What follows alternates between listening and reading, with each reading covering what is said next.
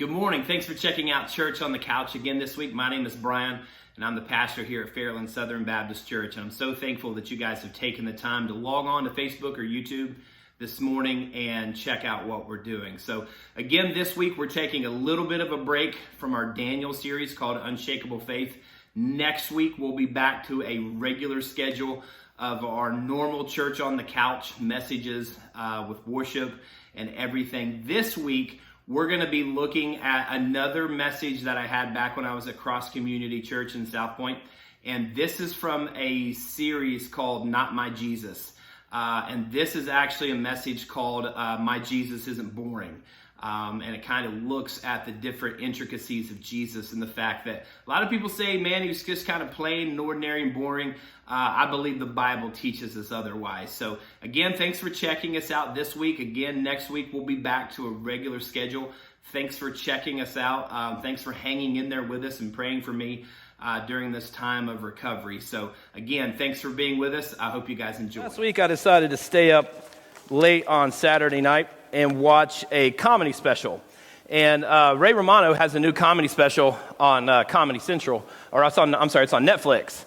And it's basically him going back to the very first place that he ever did stand-up comedy. And basically the premise of the show is that he's going to show up there unannounced, right? Now the crowd doesn't know he's coming. Obviously the management, they know he's coming. They know he's bringing cameras. And so he goes up, and there's two different places. I guess it's connected, but right around the block is another place. So he shows up, he does comedy for about 30 minutes one place, and then he goes to the other place and he starts doing a little comedy. And I watched that comedy routine. And if you know Ray Romano, if you've ever seen Everybody Loves Raymond, his comedy is based off his family situation. And matter of fact, that show was based off his family. That show was based off his brother and his kids and his parents and all these crazy things that happen. And how many Everybody Loves Raymond fans we have in the house? Yeah, everybody, great show, right? So here I am, I'm watching this comedy special, and I thought, man, I'm going to get a lot about this guy's life, and I'm going to hear everything about him. I'm going to hear all this crazy stuff, and I'm going to laugh. And I'll be honest with you, in about an hour period, I think I laughed maybe 3 or 4 times. It was okay. It was pretty good. I might have just been tired, but I didn't really think it was that funny. And then there's this really cool scene at the end. I'm not going to completely spoil it for you, but I guess his family, his wife and his kids were actually at the shows watching him perform. And as he leaves, they're talking about how funny he was and the different stuff that he said that they liked. And I thought, man, that's really cool because my family never, ever finds me funny at all. And listen, I'll be completely honest with you. I'm actually starting a brand new career, really excited about it, and I've been praying about this for a long time. I really think I can do it and make it work. I'm going to be a stand-up comedian. Yeah, absolutely, right? Because I'll be completely honest with you. I really, really, really think I'm funny. Like, I think I could do it. I think I could get up there and just wow the crowd with these jokes. And so I have a few jokes for you guys this morning that I wanted to try out and see if you guys think I can make a comedy special or a comedy career. So do you know how many optometrists it takes? You should probably be able to pronounce the word first, okay? Do you know how many optometrists it takes to change a light bulb? Is it 1 or 2? 1 or 2? Yeah, I wish you got that. And like everyone else is like, that's not funny. I actually got this one online, so please don't blame me for this one. I heard that a preacher's sermon should be like a lady's skirt. It should be long enough to cover the essentials, but short enough to keep it interesting. That was it. All right, I like that one.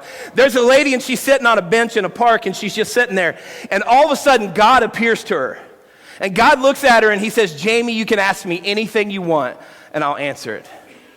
So Jamie thinks for a second, and she says, okay, God, she says, how much is a second worth to you? And God says, a second, Jamie, is worth 1,000,000 years.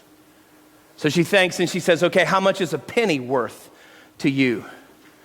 And God says, Jamie, a penny is worth $1,000,000 to me. So Jamie looks at God and she says, can I borrow a penny? And God looks at her and says, in a second. right. Listen, I'm not starting a comedy career because I can look at the looks on your faces. And I'll be honest with you, I appreciate the pity laughs. I really do, right? Because I get it. I know I'm not funny. I don't really live this super interesting life that people want to hear about all the details of my life. Matter of fact, my life is pretty mundane and boring for the most part. And as we finish out this last week of the Not My Jesus series, we're going to find out if our buddy here, little bendable Jesus, if we think he's boring, right? Because a lot of times what we hear is we hear people say all the time, well, I don't follow Jesus. That's kind of a boring life, right? I don't want to go to church. I don't want to have to get up on Sundays. I don't want to have to follow rules and do this stuff. I want to live my life my way. I want to have fun. And following Jesus is boring. And I found out as I've been looking through this and as I've really been thinking and praying about what's boring and what's fun, the way we evaluate something on whether it's boring or fun is what it has to offer us. Right? Matter of fact, my son plays soccer in Canova, so twice a week we drive by Camden Park, right? And I remember as a kid, Camden Park was this great thing. But now even for my kids, there's nothing there. Camden Park offers absolutely nothing for my children. So when they look at it, they value it as being boring because it doesn't offer them anything. And so we look at people and we look at experiences and we look at things in life and we think what it has to offer me and we evaluate whether or not that's boring. So what I want to do real quick this morning is I want to look at just a few of the things that Jesus offers us in this life, and then we'll find out if we think he's boring or not. In John chapter 10, verses 14 through 21, it says, I am the good shepherd. I know my sheep, and my sheep know me, just as the Father knows me, and I know the Father. And I lay down my life for the sheep. I have other sheep that are not of this sheep pen. I must bring them also. They too will listen to my voice, and there shall be one flock and one shepherd. The reason my Father loves me is that I lay down my life only to take it up again. No one takes it from me, but I lay it down of my own accord. I have authority to lay it down and authority to take it up again. This command I received from my Father. The Jews heard these words and were again divided. Many of them said, he is demon-possessed and raving mad. Why listen to him? But others said, these are not the sayings of a man possessed by a demon. Can a demon open the eyes of the blind? And I love this because Jesus in this passage, he's talking about being just basically this perfect pastor, right? He's talking about pastoring people and shepherding them and bringing them in. Basically, he's talking about reaching every single soul that he possibly can because that was his mission from Luke chapter 19, verse 10. And we'll get to that a little bit later in the message. But that's what Jesus wanted to do. And so he takes us and he's talking about this and he's like, listen, there's other sheep. They're not in this pen. He's like, I'm going to go out and find them. He's like, I lay my life down for these sheep. Why? Because I love them. And the people who are listening to this, I love this, but they said he's demon possessed and raving mad. They're listening to him and they're like, listen, this guy's a raving lunatic. We're not going to follow him. And they just walk away. Others look at it and they say, no, listen, how can he be demon possessed? Can a demon open the eyes of the blind? So real quick this morning, I want to look at three things that he offers. First of all, he offers something real and lasting.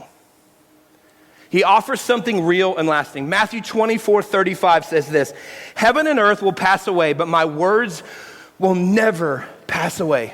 Heaven and earth will pass away. My words will never pass away. Think about it like this. Every single thing you have, every single thing you can think of other than God's very word himself will one day be gone. Your fame, your fortune, your career, your kids, your very own life one day will be gone. It will not stand the test of time. The only thing that will stand the test of time is God's very word. And it amazes me, though, that we don't live by God's word. Right? We live by what this world offers us. We live by the things that society dictates to us and says, you should do this, or you should be this, or you should become this, or you should parent this way, or you should live this way. The problem is we have every instruction we've ever needed for life right here, but we don't turn to it. Right? We're busy, or we don't find it interesting. We don't find it interesting. We think the word of God is boring. Right? We just talked about these people who heard Jesus and they're like, listen, he's raving mad. He's a lunatic. And that's what a lot of people thought of him. But in life, what I found is we're all looking for something that's real and lasting. And think about it. Think about the things we try to make, that we search for to find something that's real and lasting. We search for it in love. We search for it in money. We search for it in fame, a career, status, and possessions. All these things, we try to find something that's real and lasting. And in every situation, they will fail you. Because the only thing that's truly real and lasting is His Word. It's the only thing that has ever stood the test of time, and it'll stand the test of all time. It'll never be a moment when His Word is not relevant. There will never be a moment when His Word is not real and alive and has power to change lives. So stop looking for identity and purpose in anything that this world has to offer, because I can promise you this world has nothing to offer you. Listen, your marriage will not last. And I'm not saying, that you're going to get divorced, you're going to break up. Don't go home all sad, man. A lot of you got great marriages, and that's amazing. But one day, you guys will be done. You will be gone. One of you will die. And I'm like, hey, thanks, Captain Happy. That's a great way to think this morning. But listen, it's true. The possessions you have, they'll fail, they'll rust, your car will break down, your body will get old, you'll start to deteriorate, and everything around you will just completely fall away, except the one thing that's always been constant and will remain constant, and that's God's Word. But it's amazing to me that that's usually the last thing we turn to. That's usually the last thing we're actually in, is in His Word. It will last, it will stand the test of time. His Word is forever. You were never put here on this earth for a long life. You were never put here on this earth just to get married and have a great relationship, to raise some kids and be a good mom or a good dad. Those things aren't your purpose. Those things don't define you. Your purpose in life is to know Jesus and to have a relationship with Him, because it's the only thing that's real and will last. Secondly is this: He offers something tough and challenging. John chapter 10 verse 10 says, the thief comes to steal and kill and destroy. I have come that they may have life and have it to the full. This is one of my favorite verses, because I love to look at life. And I just turned 42 this past week. And I know you're thinking, you don't look like more than 23. Listen, I get it. I am. It's weird. But here's the thing, I like to look over my life, and I've had a great life at 42. And man, it's like my life is like half over. That's really sad. I shouldn't have said that. I just kind of bummed myself out a little bit. I don't know where that came from. But you look back over life experiences, and you think like of life sometimes as this roller coaster. Anybody big roller coaster fans? Anybody big roller coaster fan? Now listen, I'll be honest with you, I'm the biggest baby when it comes to roller coaster. You get me in a roller coaster line, and I'm crying the whole time. I'm like, nope. I'm not doing this. I hate this. I don't want to do it. Nope. And because here's the thing. I'm 100% convinced that every single time I get on a roller coaster, I am going to die.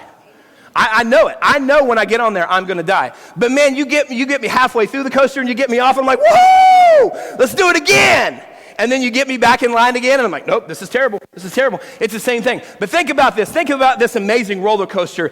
And you start off, man, and you start your incline, and things are going good, and you're going up, and you're up here, and you can see over the whole park. You can see over everything, and it's beautiful, and you barely get a moment to take a breath, and you're like, bam! And your stomach just drops out, and you start vomiting everywhere, and it's just that you want to cuss, but you can't because words won't come out of your mouth, and you hate the person you're with, probably because they talked you into it, and you hate everything about life, and you're going to die, and then before you know it, you're back up again, and you're like, hey, this ain't so bad. And you maybe do a couple of those little twirly things, and you're like, this isn't too bad, this is kind of cool, and then you're back up, and then you're bam, back down again. And we think of life like that, right? Life is kind of this series of highs and lows and kind of in-betweens. It's kind of like a roller coaster. And what I love about this verse is the last part. He says, I've come that they may have life and have it to the fullest. He's like, listen, I've come so that you can experience this roller coaster of emotions, this roller coaster called life. The reason I came is so that you can experience that, and you can experience it to its absolute best, so that when you're on the top, you're screaming your lungs out, and when you're on the bottom, you're puking everywhere, right? And everywhere in between, and it's up, and it's down, and it's up, and it's down, and it's tough. It wears on you. It's mentally, physically, and emotionally taxing at times.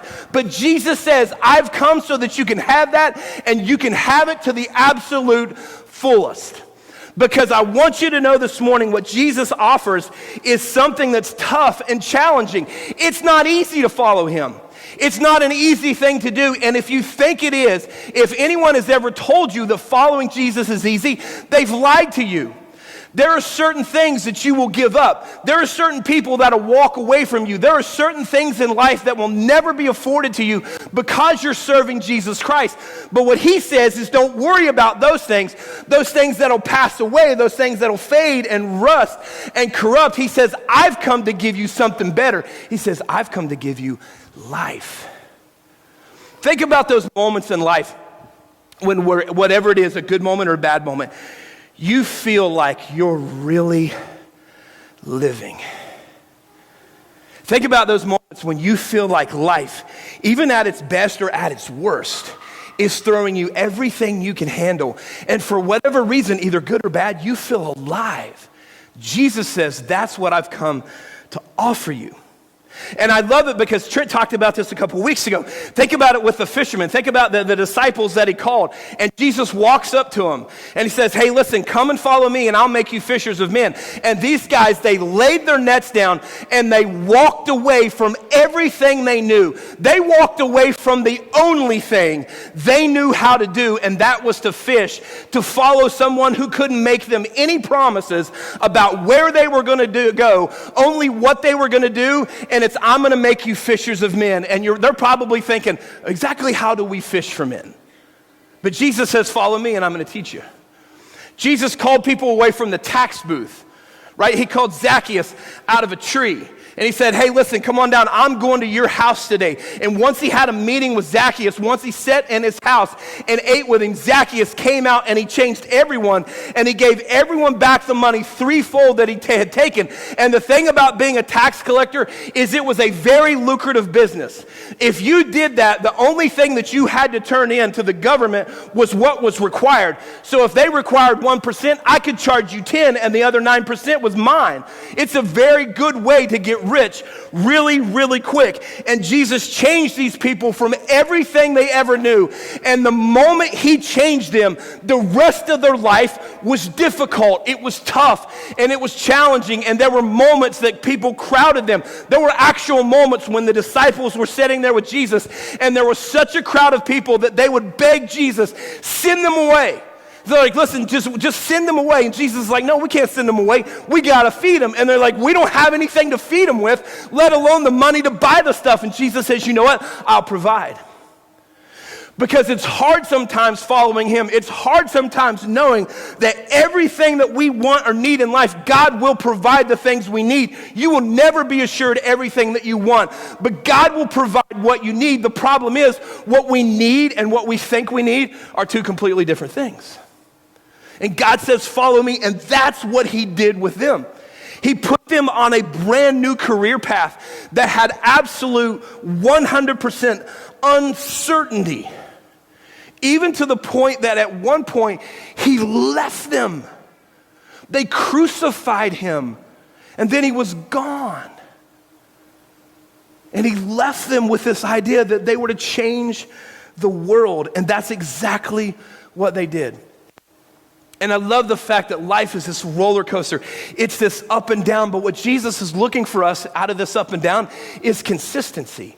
And that's the one thing we lack in our lives, and that's the one thing that we truly lack in the modern church.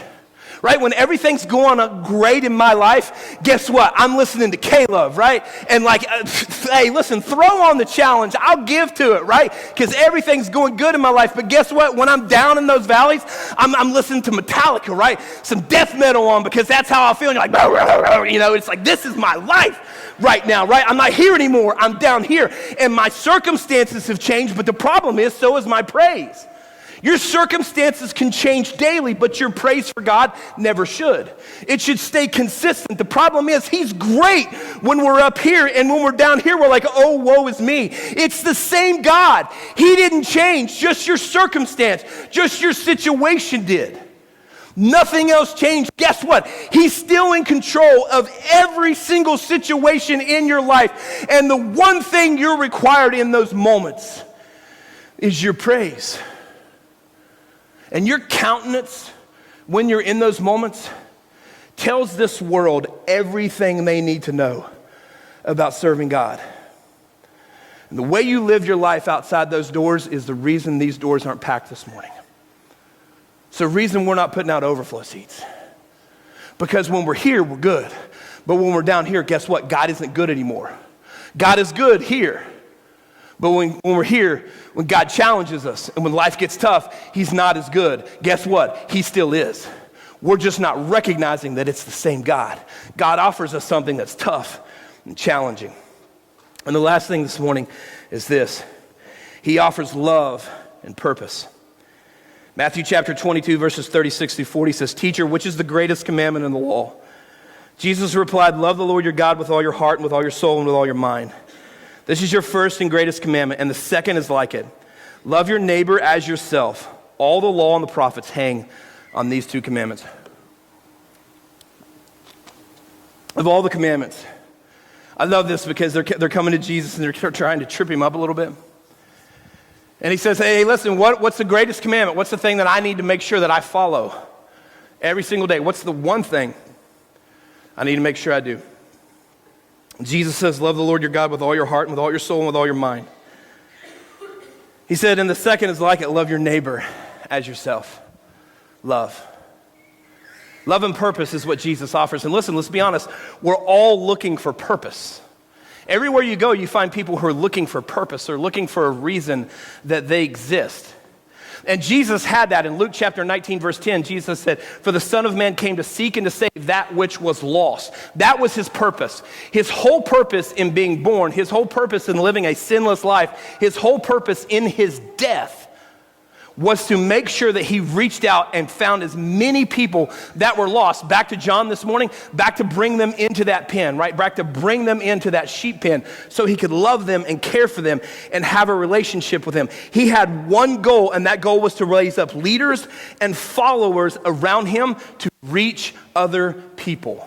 And that's what we need to know. You need to understand this morning, your purpose in life is twofold. And this is one of the things we tell the band every Sunday morning before we come out and we lead in worship. Our purpose is twofold. Number one, it's to know him, right? And to know him is your personal act of worship. Your first thing in life is to know Jesus. It's to have a relationship with him. The second thing is this, is if you have a true relationship with Jesus Christ, your purpose is to make him known. Think about it like this. We talk about the things we love, right? I talk about Ohio State football. I talk about food. I talk about all these things that I love. I talk about my kids. I talk about my wife. I talk about the things I love. Those are the things that exude from me. How much do you talk about Jesus Christ? How much do you love Jesus Christ? How much is he truly in your heart and a part of your every single day life? He offers love and purpose, and that purpose is to know him and to make him known. And he offers love in a way no one ever could. I love this. In John chapter 7, one of my favorite stories in the Bible, Jesus is at a festival. And it's a 2 or 3 day festival, and he's there, and Jesus is teaching at different points in the festival. And some of the Pharisees, they hear that Jesus is doing this, so they send some guards out to go and arrest Jesus. And this is the point. Actually, they're going to go ahead and arrest him. They're going to bring him in. They're going to start their false trial process. And this is going to be the beginning of the end for Jesus, one of the many times they were trying to trap him up. So they send out these guards to go and get Jesus, and they find him, right? And so here's Jesus, and he's teaching, and he's talking, and what I love is these guards just sit and they listen to Jesus teach for a while, right? Their job was to go and to apprehend him and take him into custody and bring him back to the Pharisees and the religious leaders and to start the process. And I love this. This is one of my favorite verses. It says in verse 45, finally the temple guards went back to the chief priests and the Pharisees, who asked them, why didn't you bring him in? Now, they had one goal, one job, right? And this was to bring back Jesus, and they didn't do it. And they're like, why didn't you bring him in? And this is what they said. No one ever spoke the way this man does. The guards replied. They had one job. They had to bring him back, right? They had to bring him in. Their job was just to go and to get him. It wasn't to listen. It wasn't to think. It wasn't to process anything that was happening. It was just to grab him and bring him back. But from the second they approached him, they began to hear the words that came out of his mouth. And they heard love and acceptance in a way they had never heard it before, because all they had ever heard was the law. Do this, do this, do this, do this, do this, and you'll be fine. And Jesus says that's not what life is all about. Jesus says, I'm about love. I'm about offering a relationship. I'm about you knowing me and me knowing you and everything about you, and still loving you perfectly more than anyone has ever loved you. And it blew their minds. And they went back and they said, we've never ever heard anyone speak like that before. And that was the reason they couldn't bring him in. You know why? Because for the first time, they heard love. They heard what they needed.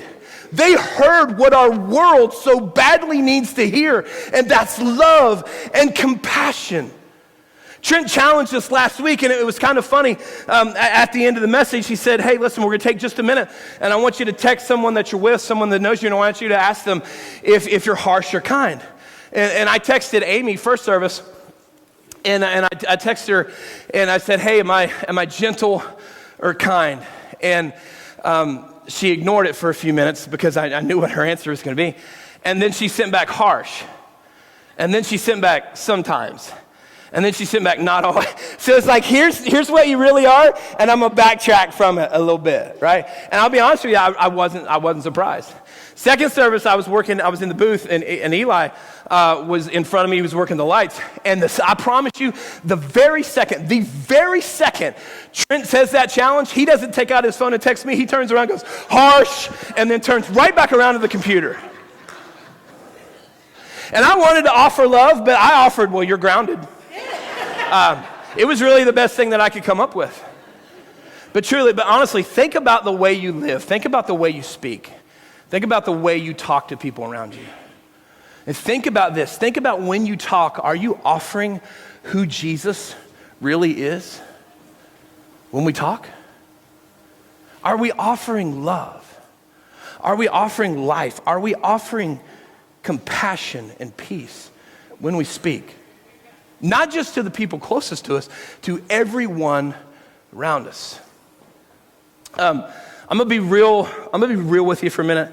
I'm gonna be really, really transparent, and I'll be honest with you, I really don't even know if I can get through this with you. I don't, but I struggle sometimes with having a daughter. I do. My son and I, we don't have any trouble. We like the same things. We like the same music, and we play guitar and we hang, and it's just cool. The girl, whew, she can be a bit more challenging at times. Because even though I grew up with older sisters, I just don't get. Please don't. I'm not projecting this on all girls or all females, but I just don't get the drama and taking everything really personal. And even like the way I speak to her sometimes, it's just really, and honestly, I saw this meme a couple years ago, and it challenges me every time I think about it. And so I'll be honest with you, I try not to think about it very often. But it says in there, the way you speak to them, that will be the inner voice they hear. So when we speak condemnation and words that bring them down, that's what they hear, that's what they project on themselves.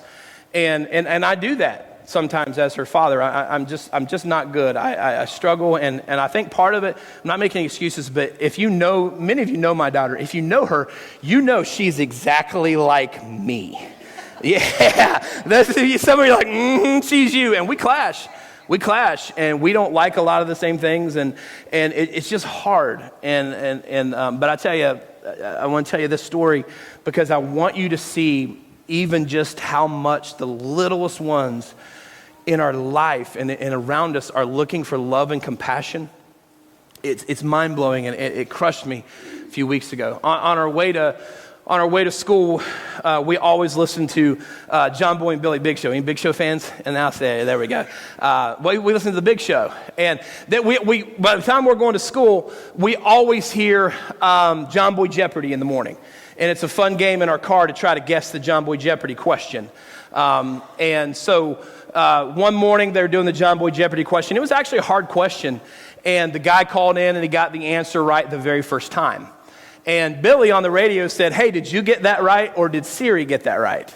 And so just kind of insinuating that he probably, looked it up on his phone. And my daughter this past year for her birthday, she bought an Alexa. And it's like $35 or something like that. And she talks to Alexa all the time. As a matter of fact, every morning you can hear her say, good morning, Alexa, what's the weather going to be today? And you'll hear Alexa, you hear this computer-generated voice from the other room say, good morning, the weather today. Well, and it's like, this is weird.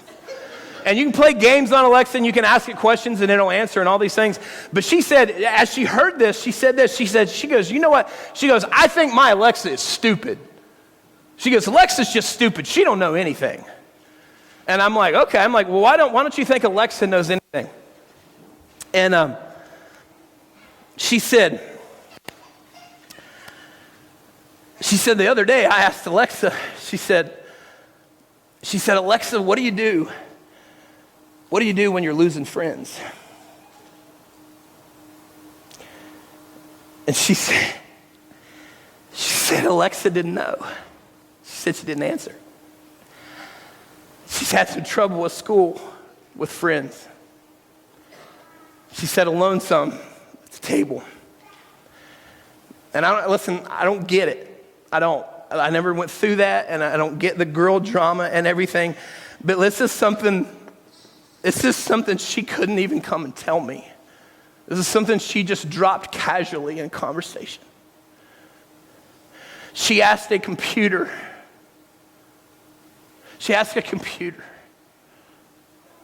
what to do when you lose a friend. She's 10. And that's where our world is at. Our world is seeking answers everywhere. And the answer's here. We have the answer. The answer is God's word. The answer is love. The answer is compassion. Because that's what Jesus offered. Jesus offered love and purpose to everyone he came in contact with. Did that mean that he accepted sin? Absolutely not. Did that mean that he didn't get angry? Absolutely not. Trent shared that with us in an amazing way a few weeks ago. But even through those moments when he didn't accept sin, even through those moments when Jesus said, yes, I'm angry about this situation, Jesus offered love in a way no one else could. And we can too if we read his word and we allow him to saturate every single part of our lives. Is following Jesus boring? Is my Jesus boring? If you think he is, tell him. He's right here. He's watching. Listen, based off just a few of the things he has to offer, I don't think he is. I don't think you'll ever find a life more challenging. I don't think you'll ever find a life more exciting. I don't think you'll find life apart from knowing Jesus Christ and knowing him to the best of your ability every single day.